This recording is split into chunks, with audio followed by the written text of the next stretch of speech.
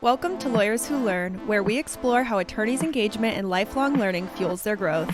Join us to uncover these journeys and gain insights for your legal career.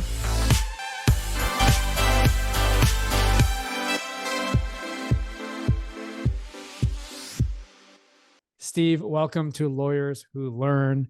One of the reasons I started this podcast is when I have an interview that's coming up, it forces me to do some research on that person. And I am so happy that I've done research on you because I had chills just reading your story and watching the podcast, some that you've been on. So thank you for taking the time. Yeah, no, thanks for having me. Much appreciated. And I'm also a little bit have imposter syndrome because of all your experience hosting a podcast and being on podcasts. I will do my best to get your story in the right way. This is called Lawyers Who Learn because it's geared towards how I know you're not a lawyer, but you're in the space, right? And you help lawyers learn and grow. But I'm also interested in your growth and learning journey. And I'm just going to take a minute from the podcast, the one podcast that I saw of yours, which was unbelievable, Forking a Story. How do we begin? It just tells your story. And my whole thing is I want to cover that, but I want to dive deeper since I always like to learn something new. So if it's okay, can I just share your story in 1 minute? Absolutely. Go for it. Really compelling. Your dad was an attorney, a very highly accomplished attorney, I think. And if I get anything wrong, let me know. But really and you said you were an underachiever essentially most of your life or as a kid. In 1996, my biggest nightmare happened is you were in a plane crash and it was a small plane and everyone was really seriously injured. And we can get into that if we need to, and I'm sure we will organically. I want to be a pilot, but I don't want to get in a plane crash. And that exactly is everyone's nightmare. And that was sort of a moment for you where things switched. You went into sales after that. And one of the areas that really was a light bulb for you was somebody who you knew their sales went up significantly because they hired a coach. You hired that same coach and you saw the results right away. And you just had this light bulb moment in 2004. I think I can do this better and be a coach. So you started doing that. And then in 2008, when the financial crisis, you started coaching at least one attorney or some attorneys.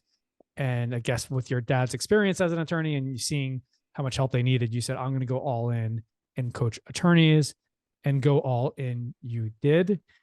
You have built quite a brand, including written 4 books. And I have them right here. I'm going to read them all because it's such an accomplishment to write one book. It really is. And to do 4 books is unbelievable. 101 Rainmaker Secrets, Legal Business Development Isn't Rocket Science, Sales Free Selling, and the Attorney's, I can't read my handwriting, the Attorney's Networking Guide, maybe? Networking Handbook, yeah. Yeah, Networking Handbook. And you obviously host a podcast and you do a lot of podcasts, and I'll stop there. Did I miss anything? I think the one thing I would correct you on is my father was a very accomplished attorney, but he, coming up in the 60s, 70s, 80s, 90s, et cetera, never really knew business development, never really had to do it. It just wasn't a part. In fact, it was the ARDC rules were that you couldn't do it in some way, shape, or form. However, there's a however. So that had nothing to do with me getting into working with lawyers, except that we always had good stuff to talk about.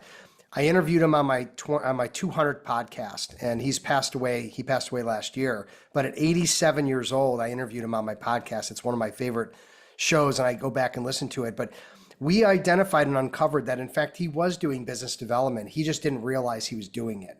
Making and building relationships at the courthouse, building relationships with his adversaries and getting referred by them, being in a room full of other attorneys in an office in a shared suite, and the amount of business that came from being the smartest guy in the room. So he was doing it. He wasn't putting out billboards or what they consider marketing at the time, but he was definitely doing it. But it was not something that he necessarily thought of at the time that it was business development. I appreciate that. And I'm definitely going to tune into that 200th episode.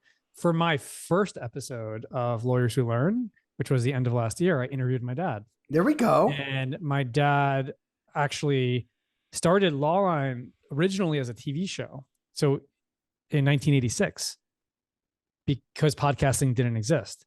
And he thought that was going to be the best way to get business development. It turned out it wasn't, but it was a great way to build relationships with all the judges and build people out there. And so similar in a similar thing, like he was just doing his own things in that way.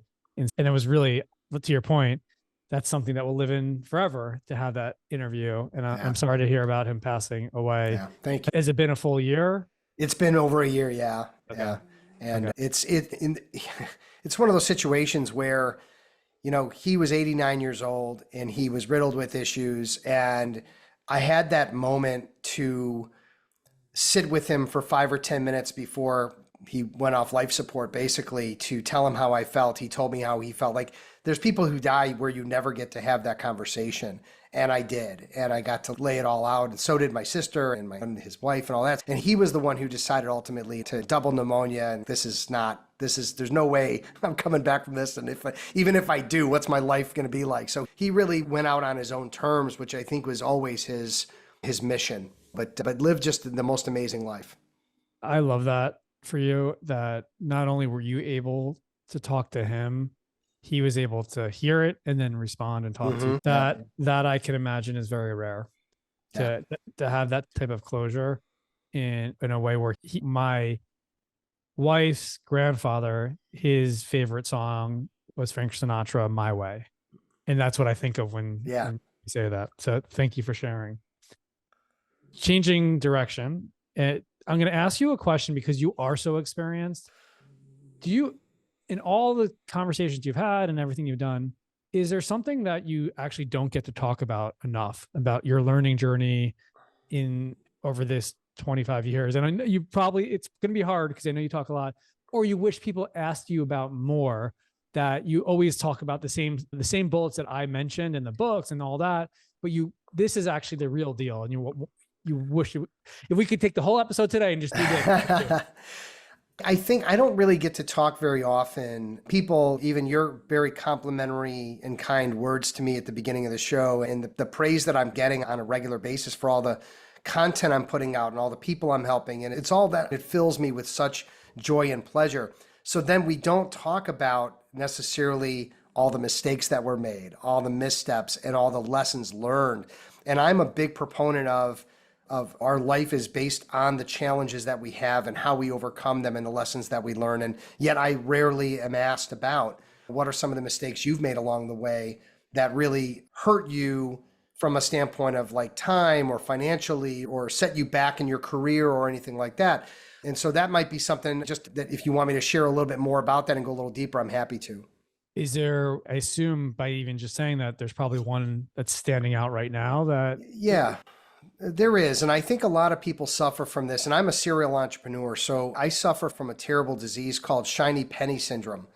And shiny penny syndrome is I just have so many ideas and so many things that I want to do. Squirrel.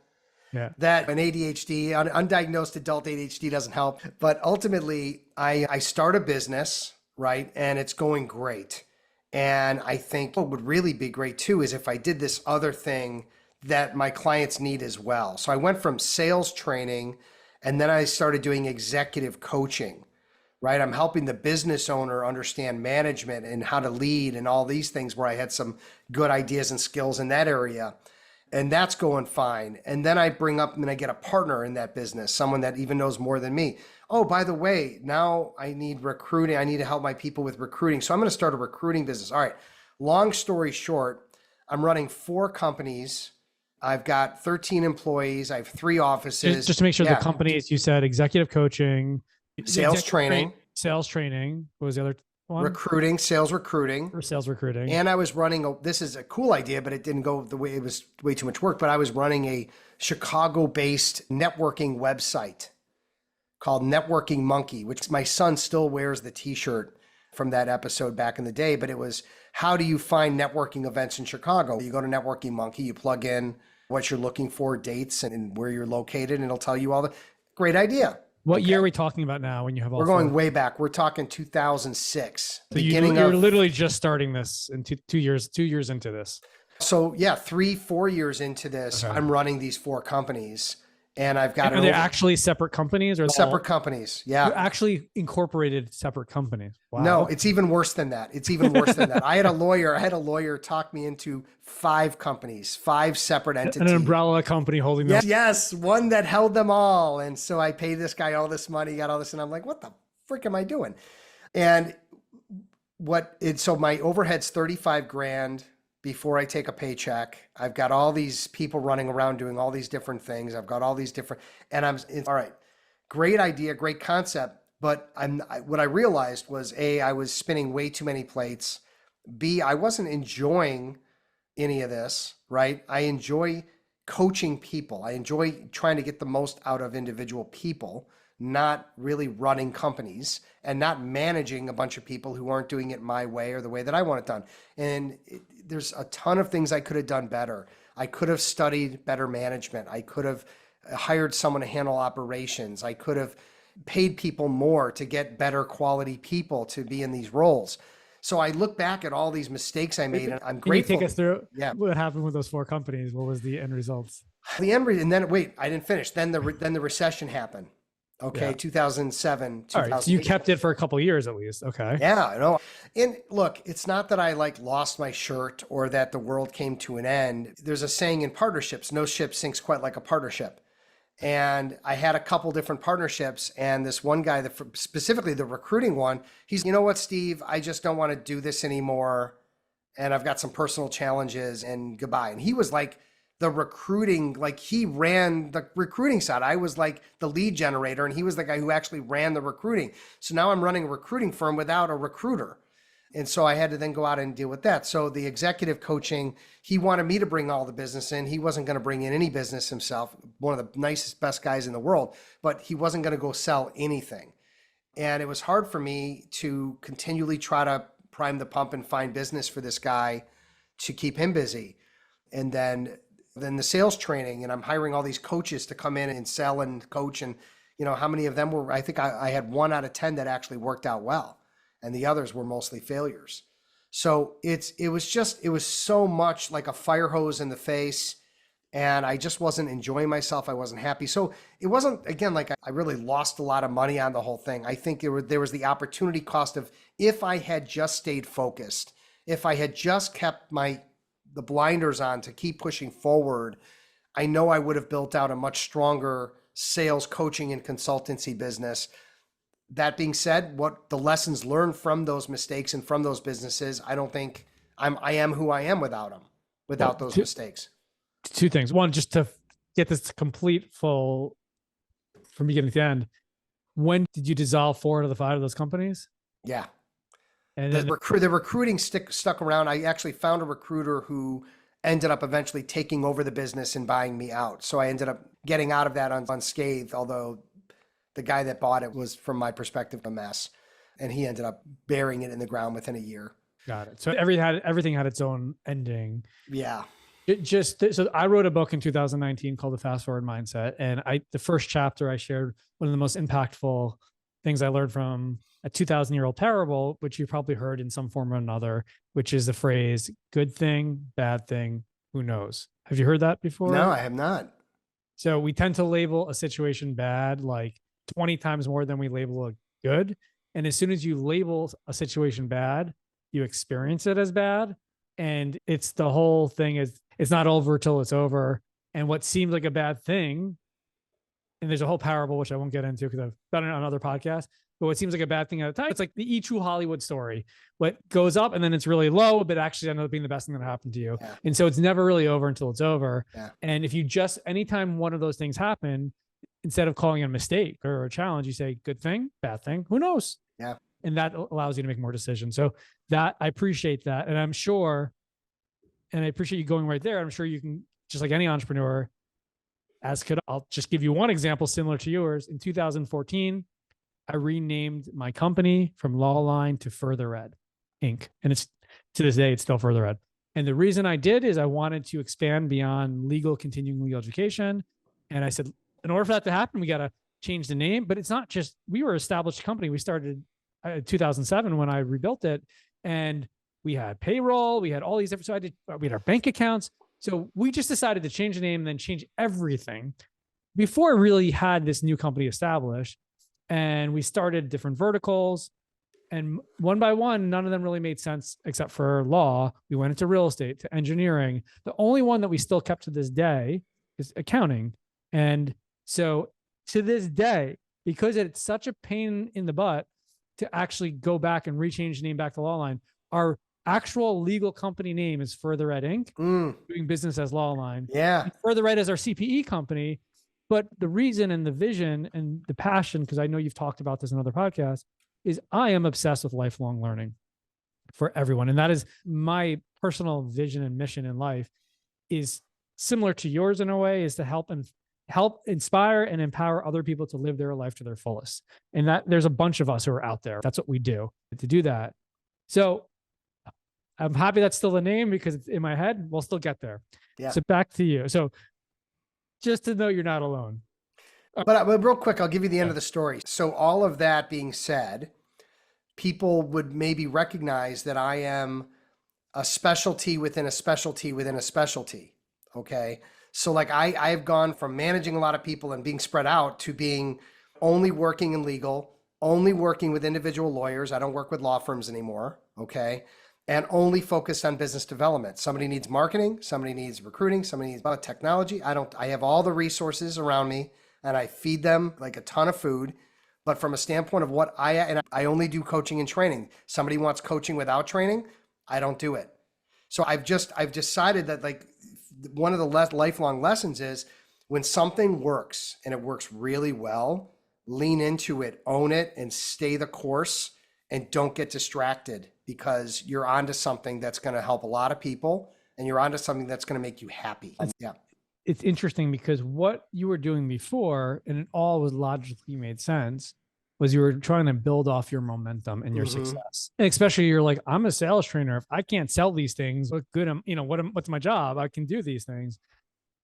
But you were trying to grow for growth's sake. And it seems like you made a decision. I don't know if you have other people who are doing this coaching with you, but there's only so many people you can coach. Obviously you can keep raising your rates because of demand, but seems like you made a decision.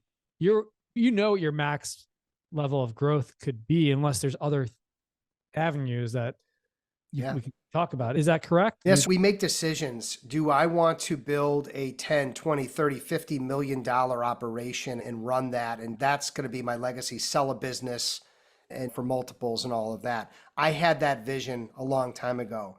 And what I realized was I don't need a private jet. I don't need 5 homes. I used to think about all these wonderful, amazing things that I wanted, these materialistic things. Something that we learn as we get older, and I'm 55, is what really matters. And what really matters is that I have a wonderful family and wonderful friends, and I have freedom and flexibility within my business, within what I do. And I'm making great money. I'm socking as much away as I can and want.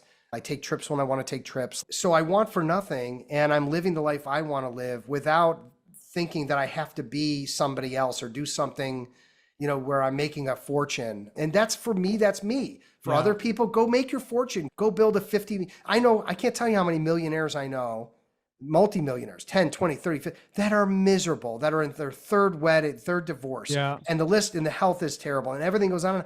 So what was it all for?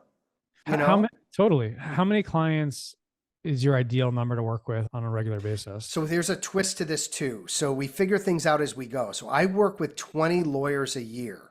So I have a limitation, to your point, about how many lawyers I work with a year and how I spend my time. Here's the other thing I haven't mentioned yet. I also run peer advisory roundtables for lawyers, in particular for Rainmakers. So what's happening is I'm creating 20 Rainmakers a year. Those Rainmakers float into my mastermind peer advisory groups, where they fall in love with this family outside of their firm, outside of their actual family, of people who all have the same mindset, that can coach each other, that can learn from each other, that can share best practices and be honest in a confidential environment. And so my business that will be for sale, the Be That Lawyer business that will be for sale in 5, 10, whatever years, whenever I decide to bring someone else in, will be this peer advisory aspect. The coaching, maybe not. That might be something I do part-time for the rest of my life. But the peer advisory piece of 100, 150 lawyers that are all in these mastermind groups, that may be a very sellable business. And again, it doesn't take a tremendous backup support team to run something like that. So So I'm there's part some of, things working here. I Yeah. love that. I'm part of YPO. I used to be part of EO. So we have Forum, which Yep. is essentially an advisory group and it's been transformative in my life. What do you need to qualify to be part? Because you mentioned the 20 lawyers per year that you coach. Is there a qualification to join one of these groups? So they're for rainmakers. So somebody that comes in and I meet with them for 30 minutes, I evaluate that individual. And I've had people that say they're rainmakers. Like they come to me and they say, I'm a rainmaker. And then I find out that the 200 or the $2 million that they've built as a book of business and their law firm is two clients, one that they inherited and one that they found off the street one day. So are they really a rainmaker? My job is to identify their gaps and how are they planning and executing and building a sustainable, orchestrated book of business. So if somebody isn't ready for prime time to compete and be in a room with these folks, I'm going to put them through my main program, or I'm going to introduce them to some other coach, or I'm going to just be a resource for them. If they're a rainmaker and they're doing over $1 million and it was self-made and they get it, like it's not that they can't learn anything. I want them to still learn, but going through my intensive program doesn't make sense. Then yes, I will forward them into one of my groups and they'll love it. I'm so glad you said the word rainmaker, because too often you hear that word and it just goes in one ear out the other because like it's overused a lot. So let's dive into that for a minute before we get into your books and other things like that. First of all, when we talk about rainmakers, what type of law firms, what type of practices are we talking about here? What size practices? Because obviously if you're a one person firm, which you're not I don't know. I'm just trying to better understand what a rainmaker is and where they are. Like, take us through the story of a rainmaker. Maybe if there's a client in mind without saying their name. Sure. So it's more specific, the better. I'll start off by saying I don't think it has to do with a practice area. I don't think it has to do with the size of firm. Because someone can be a rainmaker as a solo. Someone can be a rainmaker at a big firm. Okay. And what would be considered a rainmaker at a bigger firm, if you're a Kirkland and Ellis or Sidley and Austin, whatever, the rainmakers are the people doing 5, 10 million and higher. Someone at a small firm that does 2 million would be considered a rainmaker. And it isn't necessarily just about the money, because a solo can do 500 or 750 and make maybe the same money that someone that's doing $1 million or 2 would do at a firm. So I think really it's about the mindset. And the mindset is that there are people out there that need my help. And I need to meet all these people and I need to figure out what their problems are and do they align with my solutions. And I'm going to be the person that brings in the business for myself and for the firm. And there's other people that are worker bees. We need worker bees and we need people that are in the middle of the road. That's fine. But I'm going to be the one person that's going to be talked about at the water cooler. That is the one that's always out there hustling, that's always out there redefining marketing, branding, and networking and building relationships and getting in front of new decision makers and closing them in and bringing in and adding value to the bottom line of the firm. That's what I believe a rainmaker is. You say you only take 20 lawyers a year. That's less than 2 a month. Sounds like you certainly have bandwidth for more. I'm just curious, are you turning coaching clients down? Like, take us through that mindset, because that's fascinating to me. I'm turning down a tremendous amount of business. Wow. Yeah. And by the way, a lot of my friends are lawyer coaches. I know dozens of lawyer coaches, and there's probably 5 or 6 that are at the top of my list that are getting referrals from me. Or I'm telling people, look, I don't think I'm a fit for you, but I've got books and a podcast and videos on YouTube and all this stuff, and just become a student of the game. You're just not ready for me yet. Yeah. You need to get yourself organized, or you need to read Getting Things Done by David Allen, or do something, because there's no way I'm going to work with you in your current state. I'm probably turning away double or triple the people that I'm bringing in. I am looking for a very specific person to work with. I want you to think about me like I'm a recruiter for a professional football team. All right. I am looking for the best receivers, the best linebackers, the best quarterbacks. I want people that are going to come and they're going to play their asses off every single day in practice and during the games. Because how do I win as a coach? In business development, there's only one way I win, and that is when my client excels. When my client doubles and triples their book year over year, and I'm a part of that experience, and I'm part of what helped them get to that point, the same way the coach did for me back when I got coached in 2002 and 2003. So the players got to play. So I'm just meeting more lawyers that aren't going to play at the level that I'm looking for, that I'd rather work with 20 of the best and brightest Sure. that are hungry to grow, and all of the others that want to kick tires and they just want, there's other coaches and there's other people and there's others, join a group. There's things you can do. Hearing you talk right now, if I was like in BD at a AmLaw 100 firm, at our next partner retreat, I was like, you're coming for 2 days. We're going to pay you whatever we need to pay you. And you're going to take us through a workshop. Is that, because we didn't mention that, is that something else you're doing right now? Or you just said no to that too?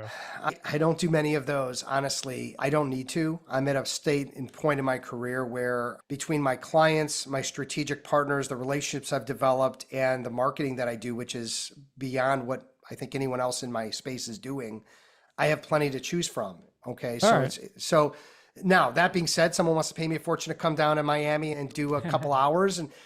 But I will also say this, I've done a lot of that and it's fun and they appreciate it. I appreciate it from a standpoint of, is it going to motivate anyone out of the 100 people in that room, the 100 lawyers in that room that hear me speak for an hour and motivate? How many of them are going to say, you know what, based on what I heard from Steve today, I'm going to make a big change in my life and nothing's going to be the same ever again? It's just not going to happen. It doesn't work that way. I once saw an amazing speaker. His name was Sean Stevenson. He had a degenerative disorder and he's since passed away. He said such an amazing thing that stuck with me because he was a great motivational speaker. He goes, when you go see a motivational speech and it's really great, it's like a shower. Feel good.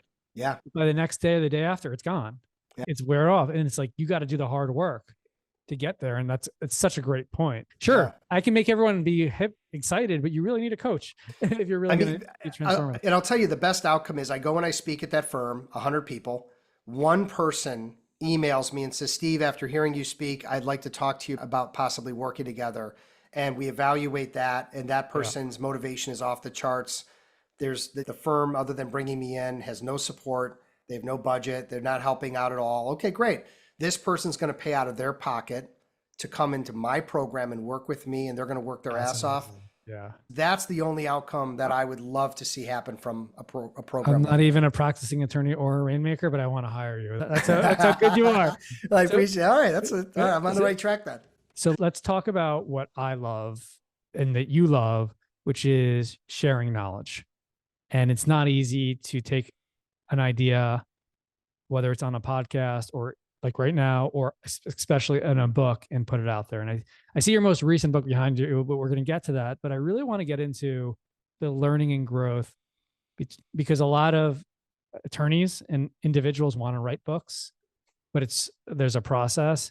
So can you take us through maybe your first book or whichever makes the most sense of the process of how you had to do, how hard it was in the research you did to make these books happen? Especially there's so many sales books out there already. Just by putting the word attorney on it doesn't make it just an attorney book. So there's that component as well. What may shock you is how so completely different every book I've written is. They are all so completely. So I'll just share with you the briefest kind of way. So the first book's called Sales Free Selling: The Death of Sales and the Rise of a New Methodology. I was forced into it by my most successful client, who was in cybersecurity. This was written before and during my transition into law. And he told me to read a book called The Goal, which has nothing to do with anything in my life other than it was a book written as a parable. I've read and he that said, book, Steve, the thing you need to do is you need to write your first book as a parable. It's a story about you and how you work with a number of clients and put them through your program the way you put me through your program. And it was so freaking hard because I could write, even years ago, 20 years ago, I could write a how-to article in an hour. And I still can. I can pump out an article for Above the Law or any publication in an hour that is going to be as good as anything out there. As long as I have an idea that pops in my head, I'm on a boat heading out into the water with my stepfather and my son to go fishing. And all of a sudden, boom, it hits me. And I grab my phone, I write down the concept of the article. As soon as I get back to my laptop, I'm going to pump out an article about fishing. And my father-in-law has that article and it's up on his wall right now because I talk about what an amazing fisherman savant he is. A little ego for him. But Writing the book as a parable, sales-free selling, talking about how the traditional model of sales is broken, how we need to change completely how we are dealing with the word sales, how we're dealing with buyers who are very difficult, to find a win-win way to approach and work a buyer through a buying decision. And at the end of the book, I even write out a role play of me as a lawyer going through the entire model of sales-free selling, which is the model I teach lawyers. Okay. So that was book number one. By the way, that also reminds me of E-Myth. Have you? Yep, sure. E-Myth. I assume Love you've read E-Myth. that. Yes. Which is Sarah the baker who's working with the coach. And E-Myth is a classic for any entrepreneur. It's like she wants to start a bakery, and then the last thing she's doing is baking. Yeah. But they taught it in the parable and the story of her going through that. So I know that's hard, but I love that. I don't want to go back and do it again, by the way. I like a how-to article versus writing conversation. Yeah. Like I'm never going to write a novel or write. I'll tell you this. ChatGPT and AI really can help with that. Like you can start now. All right. Now maybe we're onto something. Okay. Because I'm writing my book, a second book right now, and I'm writing it, but I'm using ChatGPT to make, to your point, dialogue. And I'm like, okay. Damn. So that might be the play. That might be the play. The second book is the it's the Lawyer's Networking Handbook. Now, this was written as a how-to. It's really about how to plan and execute and follow through on networking best practices. I've read The Go-Giver, and I've read all the books on networking, all this stuff. I want my own spin, my own take, my own language, and I want people to be able to read it and know, hey, I now have a methodology that I can follow that's highly tactical and actionable. It's not 20,000 feet. This is what you do. This is what you say. This is how you do it. And if you follow all these things, you're going to get an outcome that's going to save you a lot of time and make you a lot more money. Quick question. Going back to the first book. Yeah.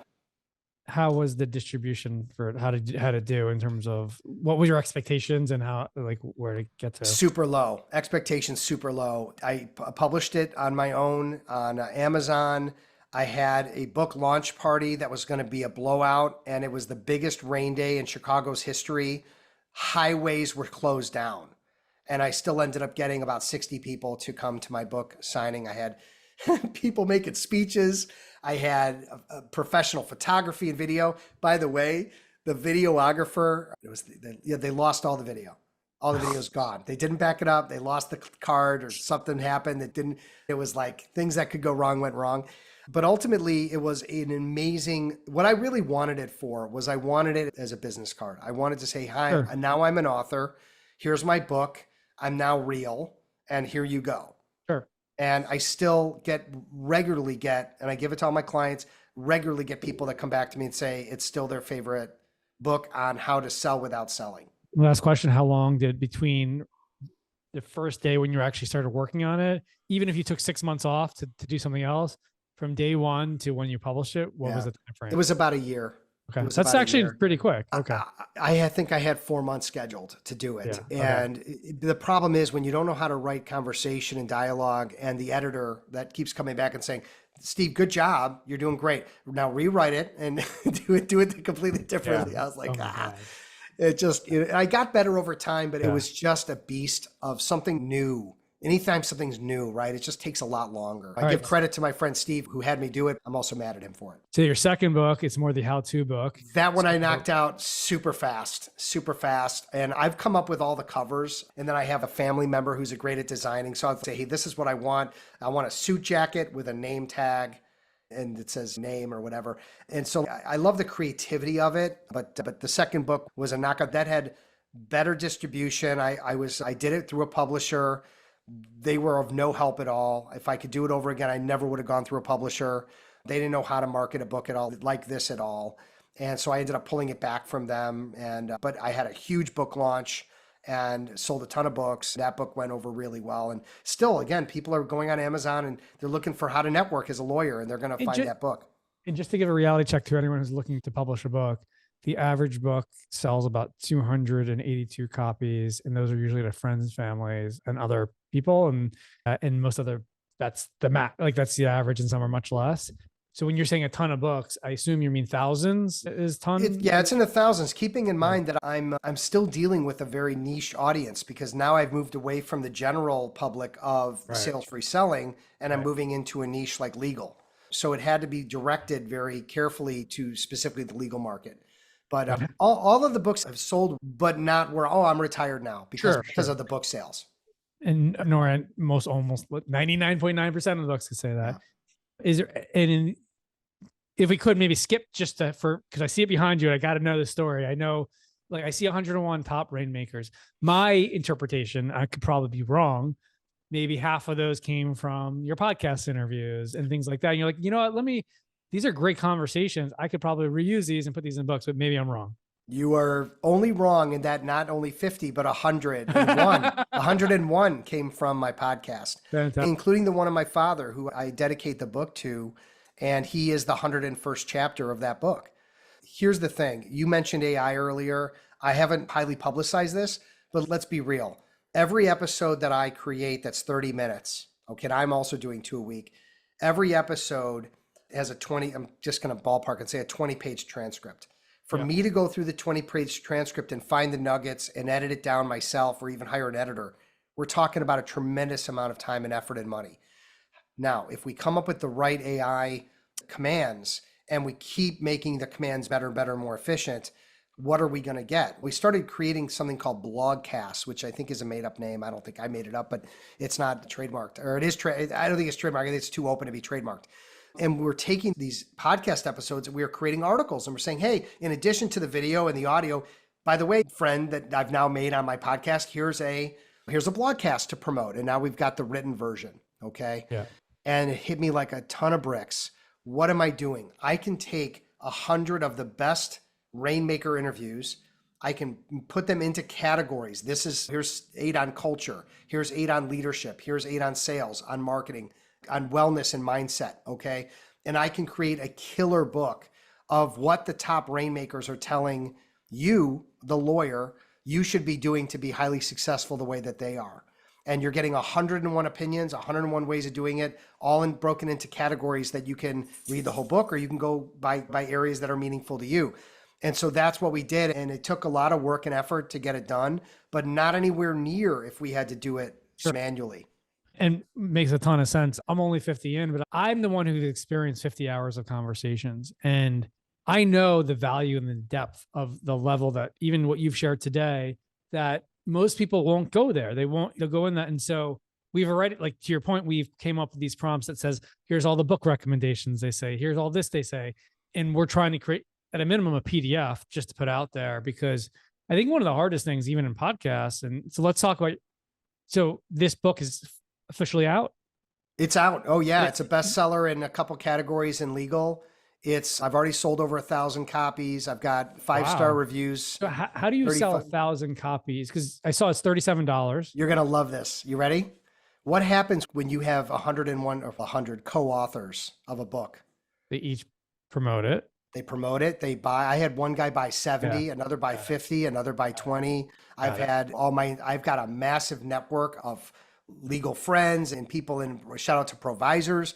But all of my entire network. And then, of course, when people hear these 100 people that are known to be the top Rainmakers in the world, that they are in a book, they want to buy the book. So it didn't really occur to me initially the scale of it and what was going to happen, because I was just thinking of a concept of collect. And there's a book, and I've got it over here, A Tribe of Mentors. And somebody sent me that book and said, hey, that's a book where guy interviewed all these billionaires and all these top leaders in the world and cultivated a book around. Now this book's got to be 500 pages. My book's only 300, but it's 300. Every chapter's got something, So it's just on every level. It's hitting. And even in the creation of it, you had to collaborate with each one of these guests, have them review it, get their buy-in. Yes.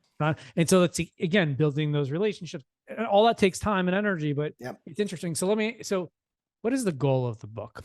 Because what's the goal? There's a number of goals, but I would say the number one goal, and this is my mission beyond, look, I'm going to work with 20 lawyers a year. I'm going to build up my Rainmaker roundtables. These things are happening all the time.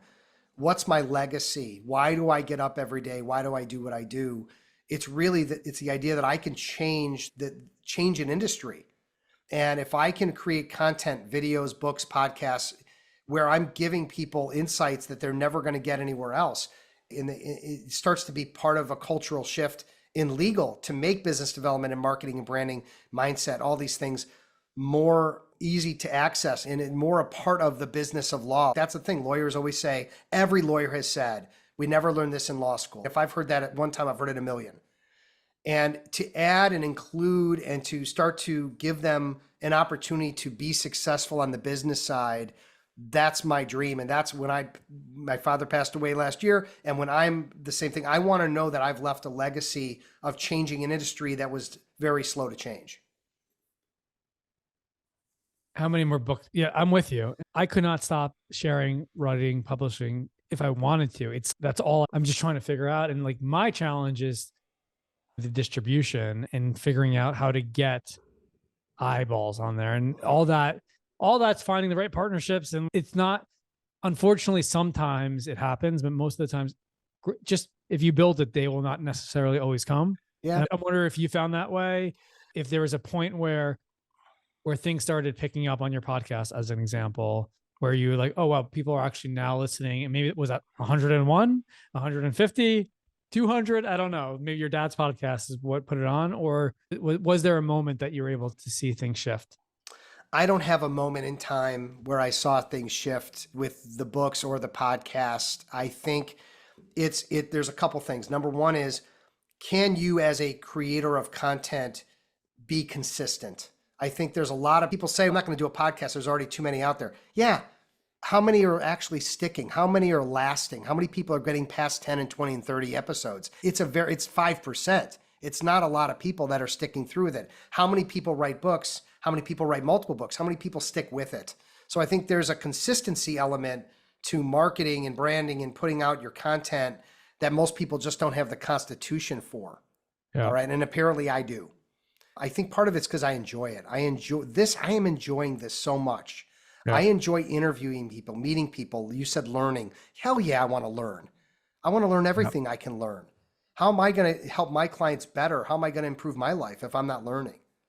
So it all adds up. That podcast you're on, Uncorking a Story, is that about, I didn't dive deep into it, but is each one of those podcasts essentially diving into the person's story and their origin story? I think so. Yeah. I think so. I love that. Yeah. And that's essentially in some version what I'm trying to do here today, and not just have you share, here's how lawyers do business development, because that's important, but what's more important is who you are and what your journey is. And what I love is every attorney has a very unique story to tell. Just being an attorney and deciding to be an attorney and what got them there. And I think maybe part of rainmaking is how to share that story to your potential clients. And there's company like Crisp. I don't know if you're familiar with Crisp. Yeah, sure. They're, oh my God, they've brought it down to a science between their coaching and now and the way they do the videos do that. And yeah, I really appreciate all of that. In the last few minutes, I'm going to switch gears and ask you the question that I want our ChatGPT bot to pick up when we do this for your podcast. Besides sales books, and other people have taken their phone and looked at it, if they're their Kindle or their Audible or whatever. I'm going to ask you two questions. What's the most recent impactful book you had? And then the second question, or the first question, is what is what is some of the more impactful books you've read that stick with you, that you always think of, that have been transformative? There's one that if I didn't read this book and execute on what it said, I would not be in the same place that I'm in right now. Remember earlier I mentioned a serial entrepreneur, Shiny Penny. There's another piece to that with undiagnosed adult ADHD that I have, is a total disorganized son of a gun. I had stacks of business cards from all the networking I was doing. I had stacks of papers. I had 500 emails in my inbox unopened, like most people are. And Getting Things Done by David Allen has been an absolute game and life changer for me. I haven't had an unopened email in my inbox in 20 years, okay? I have no paper anywhere near me. There's none of it. I have a Remarkable 2, which is the greatest tool I've ever found for going paper free and being organized. And so between leveraging the cleaning up of the office and the environment, clearing up my email, clearing out, I have no weight on me. I go to bed every night and I fall asleep like a baby because I don't have anything weighing on me like I used to. Did I do this? Did I do that? Yeah. Everything is done. Everything is scheduled. and everything is organized in a way that without learning those skills, I would be like my teenager. I've got an 18-year-old, his room, if you looked at it, it's like a tornado hit it. And I had that same room. So I can't really be too hard on him because I was that kid. Yeah. I hope he learns what I learned. And similar to everything you said, getting things done is only good if you're consistent with it beyond 6 months after the book. What have you stayed most consistent with from that book? From that book, I think just keeping no clutter. Just I cannot handle. And I think also, I don't know when this happened. I also have just a smidge of OCD. So I can't, if I spill a drop of water on my desk, I have to wipe it up. Now, maybe most people would say that, but so cleanliness and organization have become a big part, and it drives some people crazy. And time, I showed up, I think, a minute or two late for meeting with you, and I lost my mind just in that space of 2 minutes because I can't handle it. And when other people are late, I just had an old client of mine reschedule on me for the third time. I said, we're done. I love you. We're done. Yeah. Okay. Well, that to me, the most just to share with you, I don't know if you've read I would love to hear. The Success Principles by Jack Canfield. Yeah. Oh, I have that book sitting on the shelf. Yeah. So, that's an older book, but great. It was, commitment. You're going to get the number wrong, but it's called Keep Your Commitments is principle 47. I don't know. And that was at that time most people cancel on lunches. I was canceling on my employees. I would tell my wife I would do the dishes and I wouldn't do them. And I read that. And he said, when you cancel on people, you think less of not only do they think less of you, you think less of yourself. And right after I read that book, I made the hardest commitment I can ever make, the scariest thing I could ever do. I only ran 3 miles, longest in my life. I committed to a marathon and I ended up doing 3 in a row. And in that book, everything about that has been a game changer for me. How to Stop Worrying and Start Living by Dale Carnegie is the lesser known book of his 2 books, but I don't know if you've read that book before. I have that one I haven't read, but I think my wife needs to read it because she's a professional worrier. What's challenging about that book, it's written 80 years ago. So take that for what it is. But there's 3 formulas. Like in the first 3 pages, here's a formula that will reduce worrying 50%. If it doesn't, don't go past these pages. So it's worth that. And then the third book from Hal Elrod was The Miracle Morning. I used to never think of myself as a morning person. And then it's about waking up an hour earlier and focusing the time on yourself. Yeah. What about most recent impactful books for you? Oh man, recent impactful books. I'm not coming up with anything off the top of my head. I'm finding myself also looking into YouTube and doing micro learning as opposed to reading books just from a time perspective. And I'll give you a quick example. A great book that came out a while back was Atomic Habits. And I don't want to take any money out of James Clear's pocket, but I don't know who did it, but there's a 27-minute video on Atomic Habits on YouTube that's incredibly and easily watchable. And to me, as a visual learner, I can take that in. I can take notes while I'm watching. I can hit pause. I can hit rewind. And it's just, for me, that's become an easier way for me to take in content than sitting down and reading a book, which it's hard to keep my focus these days on that. One of the great things about that book is the term stacking. And that's what I do in the morning. I stack habits that I do consistently on top of and do other habits on top of that. And another thing that's been Jerry Seinfeld, because you say not from books. There was a quote that he said that I stick to when I try to keep a habit going. He goes, when he was an early comedian, he was trying to do jokes. He asked an elder comedian, what's the best way to do this? He goes, instead of doing 1 day a month where you do all your jokes, just write 3 jokes a day, but never stop. Yeah. And then do it every day. Every day. And he said, what his focus was not about how good those jokes were. It was about not breaking the chain. And so when you do small, easy things, so that's what's been successful for me in habit doing. I do a 7-minute workout every day. It's super easy. There you go. And you didn't mention my Seinfeldisms. You see on the other side of Jordan here. I can't really see. Yeah, it's a no soup for you. Oh, hello, Jerry. One of my clients knows I'm a huge Seinfeld fan, so he sent me a poster of all these little graphic of all the Seinfeldisms. Dingo ate your baby. Could you send me a picture of that after? You know what's so funny? Yeah. I'm undiagnosed ADHD as well. Like when there we go. At that sign, I'm like, I don't know what's going on there. It's a little hard to see. It's a little far back, but just occasionally walk into my office and I just start reading them from the top down. I just start laughing at myself because that show, it's just so well written and so funny. And even Curb Your Enthusiasm, I can pick up on what's going on and how they're twisting the story. It's just brilliant. My secret is when I can't fall asleep, I actually put on Seinfeld because I've seen it so many times. Yeah. It's just a good show to fall asleep to. Okay. 2 more questions, if that's okay. Sure. One, is there any podcast that you would recommend?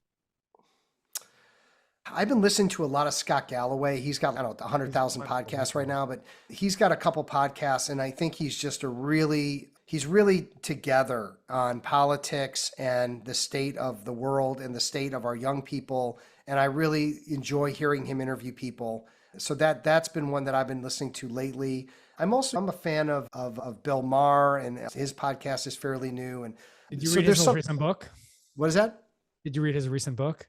No, I have not read his recent book. He was pushing it so hard on his show, I got turned off. It was like, I kept feeling like I was being sold this book, and the cover was horrible.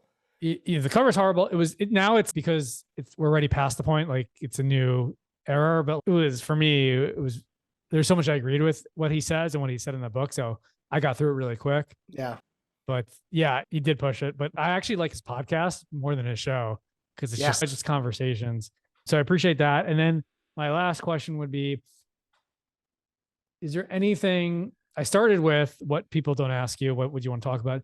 Is there anything now that we've gone through this thing is like that we didn't talk about at all that you're like, you know what? Oh, I wish I had mentioned this or that, just to end on that note. Yeah. There's something I say on a fairly regular basis, and I'm really trying to hit home with people that, especially lawyers that hear this, although it's relevant to anything that you want to become really successful in, you have to commit a certain amount of time and effort and energy to it. And I think lawyers do a traditionally terrible job of understanding that the game of the business of law, the marketing, the branding, the LinkedIn, time management, mindset, and rainmaking, these are all learned skills. You have to get your mind in the right place. That's a learned skill. You have to learn how to build relationships. That's a learned skill. Even the most introverted lawyers that I work with appreciate a process, appreciate a language. And so I would just suggest, if wealth and independence and freedom in legal is important to you, become a student of the game of business development and take it as seriously as you do the law, and quit hiding under your desk from it. It's an obese person that doesn't want to eat a vegetable. Eat your vegetables and start to understand that feeling healthy physically and feeling healthy as a lawyer, being a rainmaker, being that lawyer, there's not much that feels better. Thank you for that. My takeaway from this episode is really important one, is how you've decided to live your life and put limits, because you're at the stage where you could triple the amount of clients that you had, but you would not be living the life that you wanted. And so I respect that. And I think that's a really good lesson for solo practitioners too. You don't need to work till the end of you need to figure out what you want to do and where you want to get to. So I appreciate that. And that's a really good lesson. Thank you, everybody who's come this far. If somebody's gotten this far, or if ChatGPT has helped summarize this. Steve, if you have a sec, just stay on after we say goodbye, and looking forward to diving deeper. Thank you, David.